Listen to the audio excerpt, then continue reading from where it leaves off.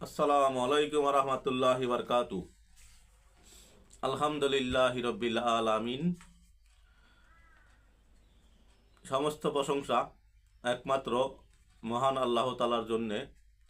লাখো কোটি দুরূদ ও সালাম মানবতার দূত, উম্মতের কান্ডারি, শ্রেষ্ঠ নবী, সাফায়াতকারী রসুল আকরাম সাল্লাল্লাহু আলাইহি সাল্লামের উপর। সম্মানিত বিওয়াস, সম্মানিত দিনী ভাই বোনেরা, আশা করি মহান আল্লাহ তাআলার অশেষ রহমতে সকলে ভালো আছেন। তাই আসুন সকলে একবার শুকরিয়া তান বলি আলহামদুলিল্লাহ।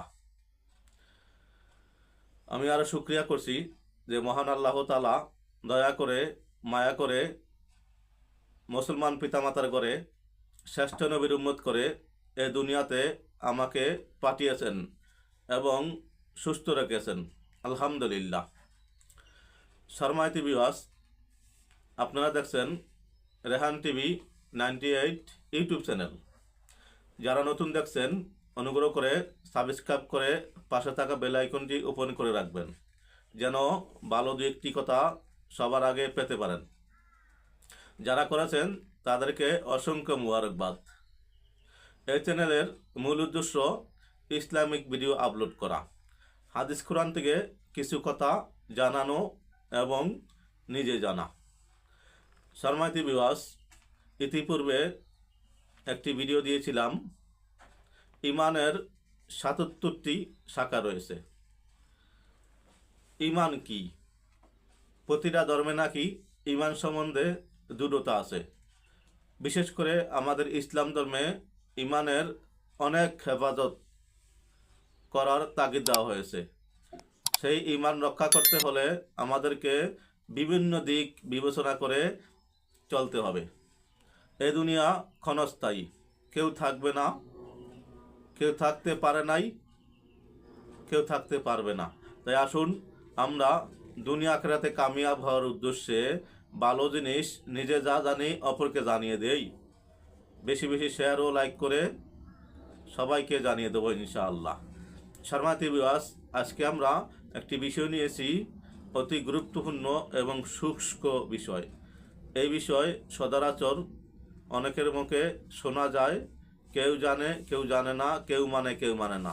তাই আসুন আমরা যা জানি তা আমল করব, আরও জানার জন্য আগ্রহ করব ইনশাআল্লাহ।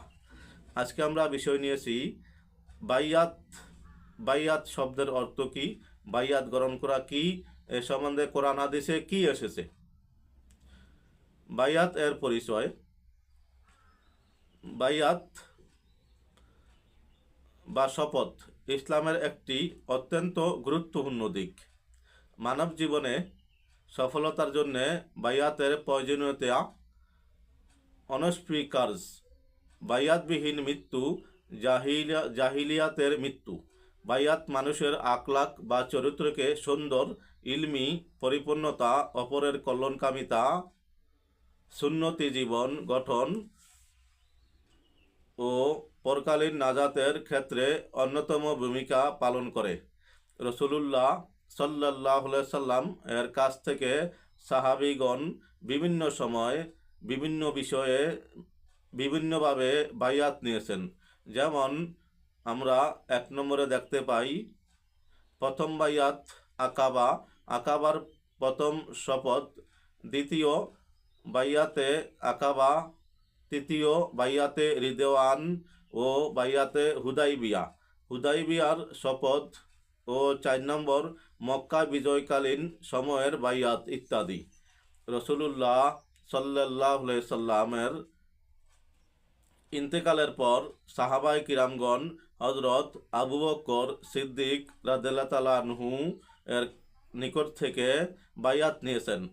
মুসলিম সমাজ পরিচালনার দায়িত্ব যার উপর ন্যস্ত হয়েছিল তার নিকট বাইয়াত হওয়া ইসলামের ইতিহাসে ব্যাপকভাবে স্বীকৃত। বাইয়াত এর শাব্দিক অর্থ। বাইয়াত আরবি শব্দ বাইউন থেকে গঠিত।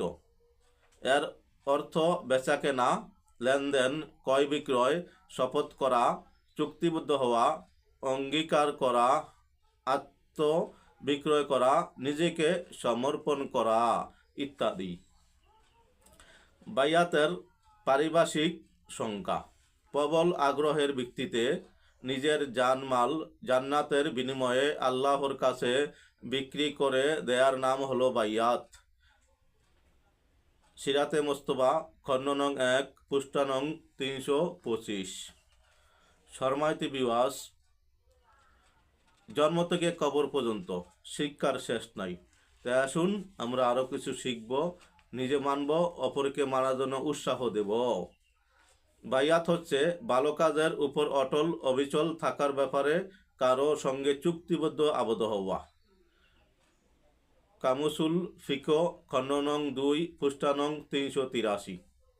আল্লাহ তাআলার সন্তুষ্টি অর্জনের লক্ষ্যে নিজের জান ও মালকে হকপন্থী আমির বা ইমামের নিকট আনুগত্যের শপথের মাধ্যমে আল্লাহর পথে সঙ্গে দেওয়ার শপথ বা প্রতিশ্রুতির নাম বাইয়াত। সত্যিকারের মুসলিম রূপে আত্মপরিচয় পেশ এবং আল্লাহর সন্তুষ্টি লাভের জন্য এর ভূমিকা অনস্বীকার্য। শর্মাতি বিওয়াস, আমরা এখন জানব আল কুরআনুল কারিমে বাইয়াত গ্রহণের তাগিদ আল্লাহ তাআলা দিয়েছেন। নিশ্চয় আল্লাহ তাআলা মুমিনদের থেকে তাদের জীবন ও সম্পদ জান্নাতের বিনিময়ে কিনে নিয়েছেন। তারা আল্লাহ তাআলার পথে যুদ্ধ করবে, তারা অন্যায়কে হত্যা করবে এবং পরিশেষে হয়তোবা তারা নিজেরাও শহীদ হয়ে যাবে। তাওরাত, ইনজিল ও কোরআনে এ সম্পর্কে সত্য ওয়াদা রয়েছে। আর নিজ ওয়াদা আল্লাহর চেয়ে অধিক পূরণকারী কে হতে পারে? সুতরাং তোমরা আল্লাহর সঙ্গে যে লেনদেন করেছ, তা যে বাইয়াত গ্রহণ করেছ, সে লেনদেনের বাইয়াতের জন্য সুসংবাদ গ্রহণ করো এবং উহাই হচ্ছে মহা সাফল্য। সূরা তাওবা আয়াত নং 111। আল্লাহ তাআলা অপর আয়াতে বলেন, হে রসুল সাল্লাল্লাহু আলাইহি ওয়াসাল্লাম, যারা আপনার নিকট বাইয়াত গ্রহণ করলো তারা তো আল্লাহর কাছে বাইয়াত গ্রহণ করলো। আল্লাহর কুদরতের হাত তাদের হাতের উপর রয়েছে। অতএব যে শপথ ভঙ্গ করে অবশ্যই সে তা নিজের ক্ষতির জন্যই করে, এবং যে আল্লাহর সাথে কুত অস্বীকার পূর্ণ করে আল্লাহ অচিরেই তাকে মহাপুরস্কার দান করবেন। সূরা ফাতির আয়াত নং 10। মহান আল্লাহ তাআলা আরও বলেন, আল্লাহ মুমিনদের প্রতি সন্তুষ্ট হয়েছেন যখন তারা বৃক্ষের নিচে আপনার কাছে বাইয়াত গ্রহণ করল। আল্লাহ অবগত যা তাদের অন্তরে বিদ্যমান। অতঃপর তিনি তাদের প্রতি প্রশান্তি নাজিল করলেন এবং তাদেরকে আসন্ন বিজয় পুরস্কার দিলেন। সূরা ফাতা আয়াত নং 18। আল্লাহ তাআলা অন্য আয়াতে বলেন, হে নবী সাল্লাল্লাহু আলাইহি সাল্লাম, ঈমানদার নারীরা যখন আপনার কাছে এসে এ মর্মে বাইয়াত গ্রহণ করে যে তারা আল্লাহর সাথে কাউকে শরিক করবে না, চুরি করবে না, ব্যভিচার করবে না, তাদের সন্তানদের হত্যা করবে না, জারজ সন্তানকে স্বামীর উরুস থেকে আপন গর্ভজাত সন্তান বলে মিথ্যা দাবি করবে না এবং ভালো কাজে আপনার অবাধ্যতা করবে না, তখন তাদেরকে বাইয়াত করান এবং তাদের জন্য আল্লাহর কাছে ক্ষমা প্রার্থনা করুন। নিশ্চয় আল্লাহ ক্ষমাশীল, অত্যন্ত দয়ালু। সূরা মুমতাহিনা আয়াত নং 12। সম্মানিত ভিউয়ার্স, মহান আল্লাহ তাআলা সূরা লোকমানে বলেন, যে ব্যক্তি বিশুদ্ধ চিত্তে আমার অভিমুখী হয় তার পথ অনুসরণ করবে, অতঃপর তোমাদের প্রত্যাবর্তন আমারই দিকে এবং তোমরা যা করতে আমি সে বিষয়ে তোমাদেরকে জ্ঞাত করব। সূরা লুকমান আয়াত 15।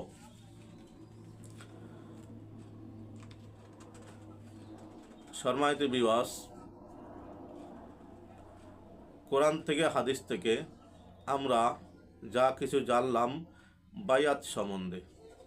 বায়াত একটা শুষ্ক বিষয়, আগে বলেছি। আসুন আমরা আরও জানব, জানার পরে মানব। কেন নয়, জানার শেষ নাই। যদি জানি অল্প, অল্পতেই জান্নাত হওয়া সম্ভব, অল্পতেই সঠিক পথে চলা সম্ভব যদি থাকে বিশ্বাস। বিশ্বাস এমন একটা জিনিস যা ক্ষুদ্রকে করে দেয় অঠাল বড়, মহা বড়। আর বিশ্বাস নষ্ট হয়ে গেলে অঠাল পাহাড় ভেঙ্গে চুরে ধ্বংস হয়ে নদী হয়ে যায়, বিলীন হয়ে যায়। তাই আসুন আমরা আগে জানবো, জানার পরে বিশ্বাস করব, বিশ্বাসের পরে মানব, দুনিয়া আখিরাতে কামিয়াব হব।